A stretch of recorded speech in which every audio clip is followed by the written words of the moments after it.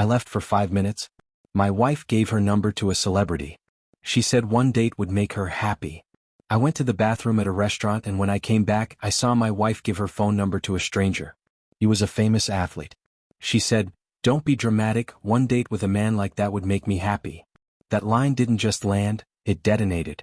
We were at Ember and Oak, the trendy place downtown with Edison bulbs and a DJ who played sad girl remixes of 2000s bops. Date night. Our thing. I'm Ethan, 33, IT project manager with a tragic sneaker habit. My wife, Madison, 31, PR for a skincare startup, blowout always perfect, smiled like she'd just been handed a backstage pass to the rest of her life. The athlete was Tyler Dane, yes, that Tyler Dane number on the jersey, jawline like it's unionized. He'd only looked at our table twice, once at the truffle fries, once at Maddie's neckline. I went to wash my hands and rehearse a joke about us being so old we complain about menus without commas. I came back to her sliding a napkin with her number across the table like it was a receipt. "Networking," she said when I froze. "Relax. It's PR. You want me to be ambitious, right?" Her voice had that bright edge that says, "If you push, I'll push harder." We'd been married 4 years. We met at a rooftop party where I spilled a gin and tonic and she said I was adorably flammable. First 3 years were great. Cheap vacations, shared playlists, building a couch together without homicidal thoughts. Then she got promoted and our life started coming with hashtags. Hashtag soft launch, hashtag boss babe, hashtag just vibes. I didn't mind the glow up. But I started noticing the after hours, late strategy sessions, a new passcode on her phone, a perfume that didn't smell like any she owned. When I asked, she laughed. "You're sweet, Ethan. Jealousy is such an unflattering cologne." At Ember and Oak, I tried the calm route. "Maddie, that's weird." She twirled her straw. "You're being provincial. Just one number. Famous people don't live by your suburban rulebook." "I like our rulebook," I said. She leaned in, smile all teeth. "Maybe that's the problem." The music swelled. Tyler lifted his glass in our direction like we were in on a prank. I kept smiling because I come from the school of keep it together. But something hairline fractured inside me. Not a break, just that tiny crack you can't unsee. Later, when the check came, she kissed my cheek and said, "Let's not ruin a good night." Here's the thing, good nights don't need saving. I didn't know it yet, but this was the prequel. The trailer with jump cuts I'd spend months replaying. The napkin, the grin, the line about happiness like I wasn't in the room. If you want suspense, start with a truth you can't swallow and a lie you pretend tastes fine. 2 weeks after Ember and Oak, the first weird thing was her new lingerie set arriving in a discreet little gray box. She brushed past me holding it like a secret pet. "Brand collab," she said laughing, "PR perks." She walked to the bedroom and changed for a bath, then padded back out in an oversized hoodie that didn't belong to either of us. Heather gray, athletic cut, number stitched at the hem. She said, "Oh, that?" Borrowed from Kayla at work, and kissed me on the cheek quick like she was stamping a ticket. Nights shifted. She'd stand on the balcony whispering, voice low, laughing in those soft little exhale laughs she used to save for me. The new passcode on her phone changed again. When I asked why, she said, "Work got hacked." The perfume that wasn't hers lingered in the car, sharp and oceanic, like a cologne ad with a yacht and a mood. "Client event," she shrugged. I tried to be a grown-up. We did date night again. She wore a satin dress the color of champagne and a smile that didn't reach me. Her hand slipped down my arm in the Uber. She nuzzled my neck, breath warm. "You taste like cinnamon gum," she murmured, and for a minute I thought maybe I'd invented the whole thing. Then at the bar her Apple Watch buzzed and she flinched. A preview flashed, Suite 1204. Key at desk. Use the back elevator. She turned her wrist so fast she almost spilled her drink. My stomach did that elevator drop thing. "Who's that?" I asked, trying to sound casual and landing on strangled. "Client logistics," she said, brazen eyes daring me. "You gonna police my wrist now?" I slept like a light left on in an empty room. The next day I offered a truce, swap phones for 10 minutes? Just to reset. I handed mine over unlocked. She laughed like I'd told a dad joke. "Ethan, boundaries. That's toxic." So I stopped asking and started observing. I set up Life 360, then felt gross and turned it off, then turned it back on because my sanity was leaking. 3 nights later, her dot parked near the Monarch Hotel. She told me team karaoke. I drove over, telling myself I was dramatic, that I'd catch her clapping off beat to Mr. Brightside. I didn't go inside. I just sat across the street and watched. At 11:42 p.m., The back elevator opened and Madison stepped out with a man in a cap pulled low.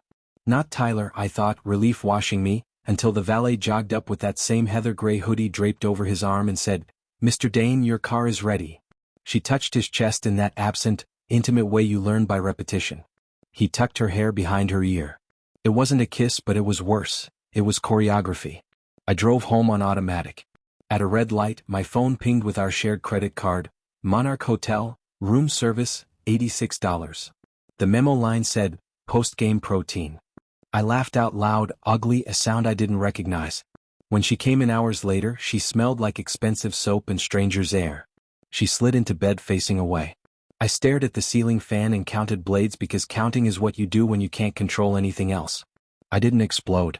I made pancakes. Saturday morning, I slid a plate in front of her and said as neutrally as I could, "How was team karaoke at the Monarch's back elevator?" Her fork paused midair. Beat. Then the brazen smile. Cute. You followed me? That's controlling, Ethan. I was in the neighborhood. I lied and tapped my phone. Photos. Her with the heather hoodie guy, the valet saying, "Mr. Dane," the room service charge. I'd even screen recorded the Life 360 blip because I knew I'd start doubting myself later. Madison's first defense was speed. "That's not Tyler, it's his trainer. We were discussing a charity thing. You really think I'd risk everything for a fling?" She laughed, too loud for our quiet kitchen. "God, listen to yourself." I kept my voice even. "Then unlock your phone." She tucked it under her thigh like a squirrel burying a nut. "No. Boundaries. You're being toxic." "Then humor me," I said. 10 minutes. I'll hand you mine." She pushed back from the table so fast the chair yelped. "You know what? We've been unhappy. You nitpick. You never wanted me to shine." Tears, instant, glittering. She slid off the chair to the tile on her knees, palms up like surrender. "Please don't make this ugly. It's work, Ethan. It's networking." I'd have believed her if I hadn't seen the choreography. Monarch. Suite 1204. Back elevator. Post-game protein. She crumpled, then rewrote the script mid-sob. "Okay, fine, we kissed." "What?" "I wanted to feel special." She reached for my hands, trembling. "You used to look at me like I was the only person in the room." "You were," I said, and felt something hollow in me knock like a pipe. She kept morphing. "We were on a break. Emotionally," she tried. "I was drunk." It meant nothing. It meant everything and scared me. "It's not what you think." "It's exactly what you think, but you drove me to it." The greatest hits tour. I asked one more time for the phone. She unlocked it with a sigh so theatrical the neighbors probably heard. I didn't go dumpster diving. I searched Monarch and Ty. Threads bloomed like mold. Pet names. Logistics. A photo of those legs I recognized tucked under a hotel duvet, cropped to look anonymous but tagged with a sly 12th floor views. My hands shook, but not from rage, adrenaline's colder cousin. She lunged to close it, wailing, "Please, Ethan, I'll fix it, I'll block him, I'll change my number, I'll go to therapy twice a day." Snot, mascara, the whole waterproof is a lie situation. I heard myself say, too calm, "From now on, we communicate in writing." I opened notes and wrote, "We are not okay. You will move to your sister's for a week while we figure logistics. No lawyers today. Boundaries start now." "Don't do this," she cried, clutching my knees. "I'll die without you. It was just one date, okay? One date." But my screen kept lighting up with her one date, scheduled like recurring meetings. And somewhere under the begging and the lies, a new thought scraped through. I don't have to keep being the only adult in this marriage. I wish I could say I walked out and never looked back. Instead, I did the thing so many of us do. I tried to forgive her like it was a project I could finish by quarter end. Madison went full theater, flowers at my office, an email titled, "Amends Plan" with bullet points and emojis, a selfie of her puffy eyes captioned, "I choose US." She showed up at my mom's house, yeah, I hid there a few nights, with a casserole and crocodile tears. My mom, Donna, queen of no-nonsense, patted her hand and said, "Sweetheart, that dish is undercooked just like your story. Dad didn't bother with the mittens. You step out on my son, you step off this porch." Madison sobbed harder, got on her knees in the driveway, streaks of mascara like war paint. Brazen turned humble in under 60 seconds. If I hadn't lived it, I wouldn't buy it. But I still missed us. I missed Sunday coffee and the way she hummed while folding towels and the dumb shows we hate watch together. So we tried couples therapy. Session 1, she blamed my low-vibe energy. Session 2, she admitted light boundary lapses. By session 3, she was furious the therapist didn't praise her growth mindset and stormed out. In the parking lot, she lunged for me, crying, begging, hands in my jacket. You used to make me feel like the world was small and safe. I need that again. It was like being hugged by a hurricane. I moved home on probation. We set rules. Location on, phones face up on the counter after 9, no work dinners without me. For a minute it worked. She made me playlists, cooked elaborate TikTok recipes, wore that new lingerie for me, and we had this fragile, tender phase where I could almost believe in a reset. Then the cracks reappeared, little things. A new credit card, 4 points, I never saw. A storage unit on a keychain I didn't recognize. Her passcode changed again, and when I asked, she snapped, "God, Ethan, do you want a warden or a wife?" 10 minutes later she was sobbing into my chest. "I'm sorry, I'm scared, I'm trying." I started waking up at 3 a.m., heart sprinting. In the dark, the house felt crowded, with questions, with ghosts of conversations I'd rehearsed. I'd lie there thinking I'm the good one, right? I'm the steady, decent guy. Then I'd picture Tyler's hoodie and hear her say happy, in that bright, cutting tone, and wonder if good is just another word for easy to betray. Her family didn't help. Her mom texted me, "Men are hunters by nature. You should be flattered she was noticed." Her uncle sent me a link to a blog about open modern love, like it was a coupon. Her sister Harper called to whisper that Madison had always needed an audience, and maybe I was too quiet. Skeletons rattled everywhere. An old burner phone in a makeup bag, she swore it was for PR emergencies. A notebook with initials that weren't mine, the storage unit contract with the access code suspiciously close to Tyler's jersey number. Every discovery came with a fresh performance. Anger, denial, tears, apologies, like she was flipping through moods until one fit. I wanted it to work. I wanted to be the guy who could carry us both across the finish line. But the thing about carrying someone is you don't notice you've stopped moving until your legs give out. The night my legs gave out, it wasn't dramatic. I was brushing my teeth, staring at my own foamy mouth in the mirror, when the thought landed with the weight of furniture. I don't have to keep living like this. Not a roar, just a click, like a door I'd forgotten was unlocked. Next morning I turned down the volume on Madison Theater and turned up Logistics FM. I called a lawyer my coworker recommended, Maya, who sounded like she bench presses case law for fun. She didn't tell me to burn it all down. She told me to document. Dates, charges, screenshots, who said what, when, she said. And stop narrating your plans to the person you're planning around. So I got boring.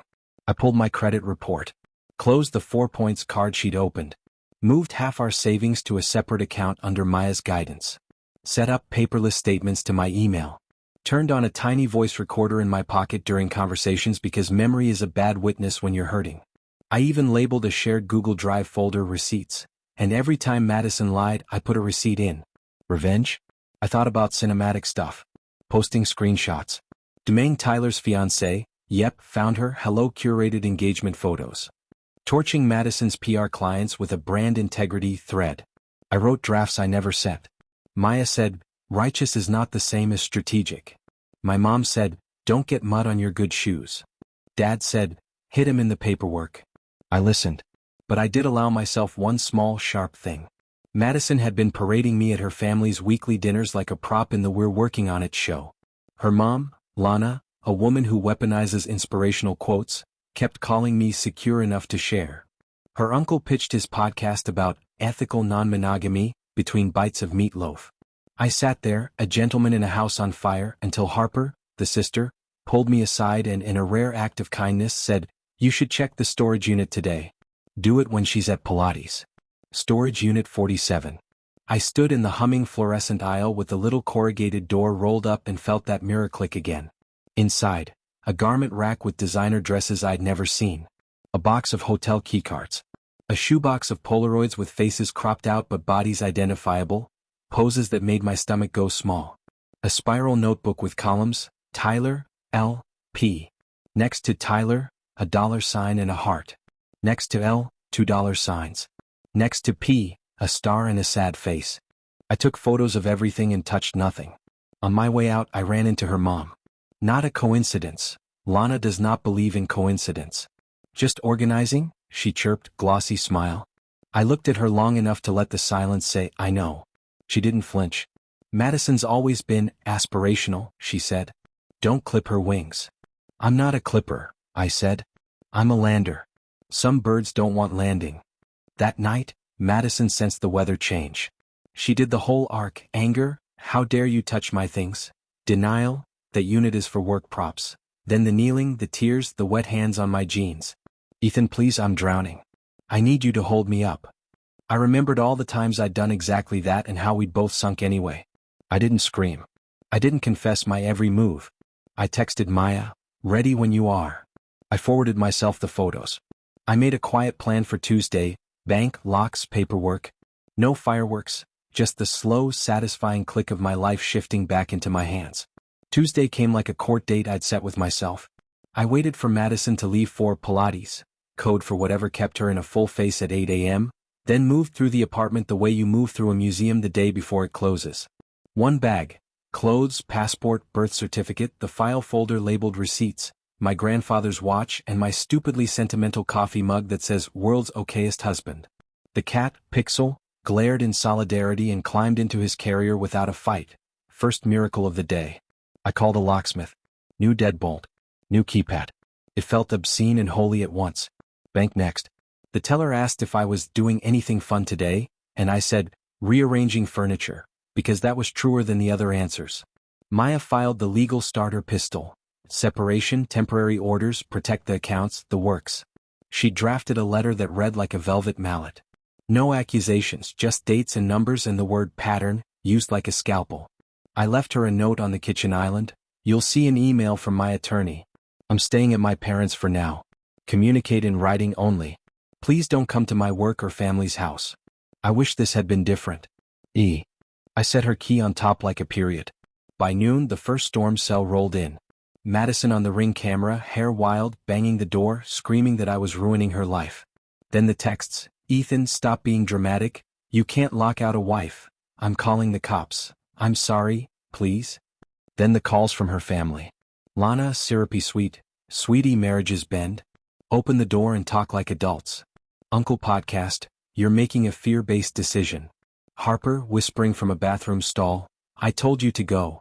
Don't you dare cave. At 3 p.m. a new number pinged. This is A. Dane. Please stop harassing my fiancé. I stared at the screen. I hadn't messaged her. Someone had beaten me to it. 30 seconds later, another text. This time a screenshot from an anonymous account. Madison's cropped Polaroids, the Monarch charges, a note. Check the storage unit ledger. Column is you. My neck went cold. Oh, not a man. Lana. The dollar signs weren't tips. They were support? Aspirational, snapped into focus like a magic eye poster. Mom knew. Maybe not details, but the tilt of it. Madison switched to full Broadway. She sat on the mat outside our door, sobbing loud enough for the neighbors. When that didn't crack me, she slid to bargaining. On the camera, her on her knees, palms up, promising rehab. For what, she didn't specify. I'll delete everything. I'll change my name. I'll move states. Ethan, I will be good. I muted the feed and cried into my steering wheel in my parents' driveway, because caring and leaving aren't mutually exclusive, and that fact hurts like pulling out a splinter the size of a nail. Mom made tea the way only moms can, steaming, no questions until I had 2 sips down. Dad adjusted the thermostat like that could fix me. You did right, he said, voice low. Pride is loud, integrity is quiet. At 7 p.m., the final twist of the day.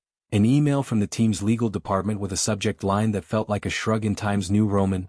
Cease and desist, defamation/private information. Attached. Screenshots of Madison blaming me from a throwaway, claiming I'd hacked, stalked, leaked. She tried to weaponize my quiet. Maya replied before I could type, all communications should go through counsel. Then to me, breathe. We expected this. Keep your powder dry. I slept on my childhood bed under a poster of a 2008 band I won't name to preserve the last inch of dignity. Pixel kneaded my ribcage like dough. Somewhere after midnight, I realized the apartment wasn't home anymore. The moment I locked that new deadbolt, I'd moved into a different life.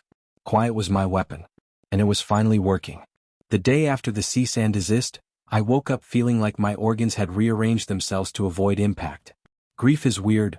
Monday I was a volcano. Tuesday I was a busted sprinkler. I'd cry at red lights, at dog commercials, at the sight of my high school yearbook photo where I thought frosted tips were a personality.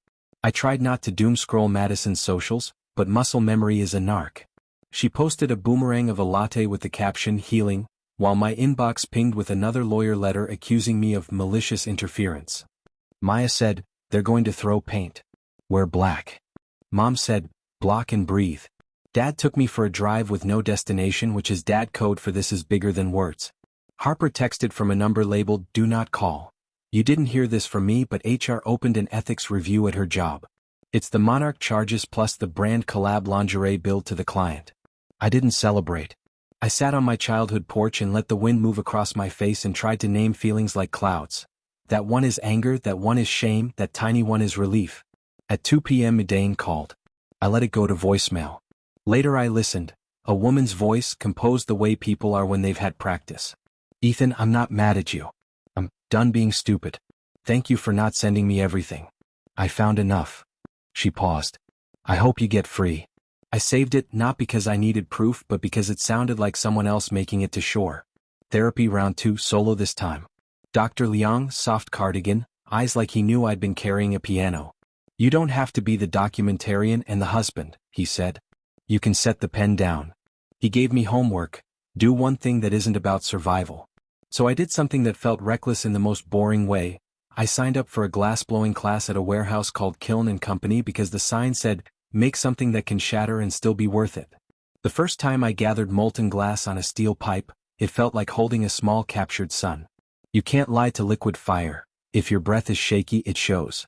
The instructor, a woman with forearms like Greek columns, told me, if it slumps, spin. If it bubbles, keep breathing. I made a lopsided tumbler that looked like a melted candle and cried in the parking lot because it was my lopsided tumbler. Nights were the worst. My phone would light up with Madison's dramaturgy voice notes, sobbing, then fury, then bargaining, then sex-adjacent offers wrapped as apologies. Come over, let me show you how sorry I am, like regret could be measured in skin. I put the phone on Do Not Disturb and wrote a timeline for myself instead. Not to share, to stand on when the floor went soft. Ember and oak, the hoodie, the Apple Watch, Suite 1204, the storage unit, Lana's smile. Every time my brain tried to cast me as the jealous prude and her as the rom-com heroine, I read it like a bedtime story until the spell broke again. Saturday, I took a bus to the state park with a backpack full of gas station snacks and bad coffee. I walked a trail that rose and rose, and for once my thoughts didn't sprint ahead, they just matched my feet. At the overlook, a kid in a Spider-Man hoodie told me my shoes were sick. I laughed, ugly and real, and texted Mom a photo of the sky. I didn't feel healed. But I felt, briefly, not hunted by my own life. And in that small, wobbly piece, a new rule formed. Revenge can be paperwork, recovery has to be breath. The ethics review at Madison's job turned our Cold War into weather. She called from a blocked number, voice hoarse. They're asking about expense reports. Someone sent them things. I hadn't. Harper hadn't either, at least not that she'd admit. Maybe it was the universe. Maybe it was the assistant who'd been stuck filing client dinners that smelled like cologne. Then came the family summit. Lana invited me to talk like grown-ups. I went because sometimes you need to hear the lie out loud to stop wanting it to be true. Their house looked like an aspirational catalog. Eucalyptus in vases, signs that say, gather. Her stepdad, Ron, wore a golf shirt that said he'd never apologized once in his life. Harper hovered with a nervous little bird energy. Madison swept in late, eyes red but chin high, the way you enter a courtroom when you're also the defendant and the head of PR. We made mistakes, Lana began, hands folded. But marriage is about resilience. Column L in the storage ledger, I said. How resilient was that? Silence. A brief flicker in Lana's eyes.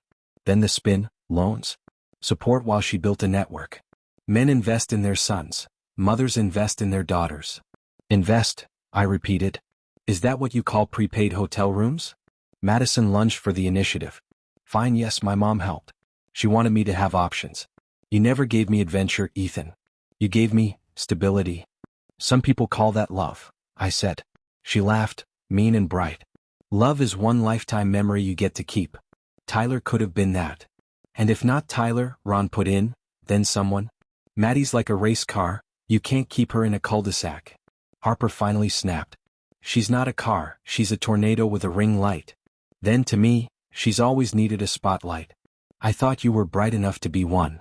Madison went from smug to sobbing in one breath, hitting her knees so fast the rug burned. Ethan, please. I'll quit. I'll move home. I'll go no contact with mom for a month, 3 months. Just don't make me be nobody. She reached for my hands, words tumbling. I'll delete Insta. I'll sell the dresses. I'll go to church. I'll do anything. Lana clutched her pearls, literally, and hissed, "Get up, Madison. Have some pride." Then to me, sweetness lacquered over acid. "You don't want to be vindictive, do you? That's ugly on a man." "Ugly is pretending consequences are cruelty," I said. "I'm not posting billboards. I'm exiting the ride." Madison's last grenade, "I might be pregnant." The room tilted. Then she whispered, almost daring me, "Wouldn't that complicate your righteous little checklist?" Maya's voice landed in my head, "Don't argue with hypotheticals. If you are, we'll handle it with tests and lawyers," I said, and felt my heart climb into a tree to watch me speak. She deflated. "Fine. I missed a pill. I panicked. A beat. I'm not." Later that night, I met Harper for coffee because traders love confession and I was tired of being the only one telling the truth.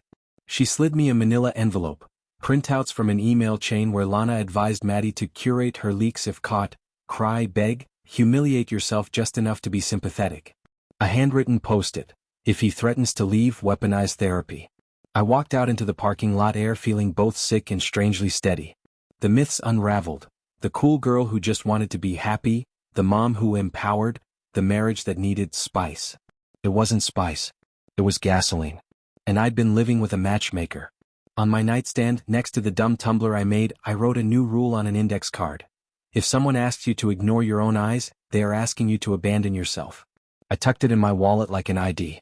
2 days after the family summit, Maya served papers with the efficiency of a meteor. Madison went from "I'll be good" to "You're destroying me" to "You'll never find anyone better," like cycling through radio stations. I answered once, "Communicate through counsel." Then I put my phone face down and went to Kiln and Company to breathe fire that couldn't lie to me. Recovery looked embarrassingly ordinary. I learned how to cook an egg that didn't taste like a breakup. I took Pixel to the vet and didn't apologize for crying when he purred like a lawnmower. I bought a thrift store dresser and sanded it on the porch until the wood remembered it was a tree. I wrote a list titled "Minimums for Future Me." No secret phones, no, we were on an emotional break. No partners who need a spotlight to feel real. I taped it to my fridge like a middle schooler with a chore chart. Madison tried endgame plays. She emailed a video montage of us, a greatest hits reel with Coldplay overlaid, like nostalgia could notarize trust. She showed up at my parents' church, we go twice a year, and did the kneel and weep routine at the altar. Lana sent a fruit basket and a quote card that said "Forgiveness is a gift you give yourself." I sent it back with a sticky note, "So is a restraining order. Please stop." Harper texted, "She's spiraling," and then after a pause, "I'm looking for an apartment." Twist I didn't see coming. The team traded Tyler, and a fan blog leaked DMs that looked like alphabet soup until you zoomed in and saw the same back elevator choreography. Suddenly Madison's networking had a face and a city she wasn't invited to. She rage texted me that I'd hexed her life. For once, I didn't feel responsible for whether I didn't create. I said yes to a weekend glass-blowing workshop on the coast. Cheap Airbnb, salty air, hands raw from turning a pipe. The instructor showed me how to shape a bowl by trusting the spin. "Don't fight gravity, dance with it," she said, and I thought, fine universe, I get it. I hiked dunes at sunrise and ugly cried behind sunglasses and ate fish tacos on a curb because a table felt too ceremonial. On the drive back, I didn't check my phone once. The world didn't end. Back home, Mom taught me how to sew a button. Dad gave me my grandpa's old toolbox with the dents left in. I joined a Tuesday night rec league that's 70% exercise and 30% men learning how to compliment each other's shoes without sounding like a TED Talk. I slept through the night for the first time in months and dreamed about nothing, which felt like winning the lottery. The last time Madison tried the knees in tears routine, it was outside Kiln and Company. "I miss the way you look at me," she said, chin shining with salt. I believed her. I also believed me. "I miss that too," I said. "But I won't miss myself to get it back." She swore, then begged, then swore again. I went inside and made a vase the color of storm glass. It cooled on the annealer shelf while outside the weather finally did what weather does when it runs out of drama. It changed. Final twist came sideways. Harper texted me a photo of a U-Haul and a caption, "I picked me."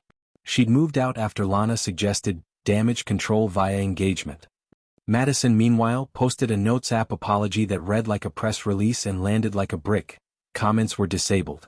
HR restructured her role. The team traded Tyler and his PR wildfire to a different time zone. For once, none of that felt like my weather to manage. I put my phone in a drawer and opened the Kiln. Kiln and Company hosted a showcase. I almost didn't invite anyone, but Mom and Dad turned up with church punch and proud eyes. My piece, a stormglass vase with a hairline swirl that looked like a healed fracture, sat under a soft light. People touched it and said, "Wow," in that quiet way. The instructor squeezed my shoulder. "You learn to breathe," she said. I bought the vase not because it was perfect but because it was mine. The divorce moved like molasses until it didn't. Stipulations, signatures, the ritual exchange of keys. At the final meeting, Madison cycled through all her stations. Anger, tears, a knee half bent before pride caught her. "You win," she spat. "There isn't a scoreboard," I said. "There's an exit." I took a week off work and did a cheap road trip up the coast. Black coffee, bad motels, hikes that burned the noise out of my legs. I stopped at thrift stores for no reason. I learned the names of clouds. On a beach where the wind could knock memories out of your pockets, a kid asked if Pixel, on a leash, "Don't at me," was famous.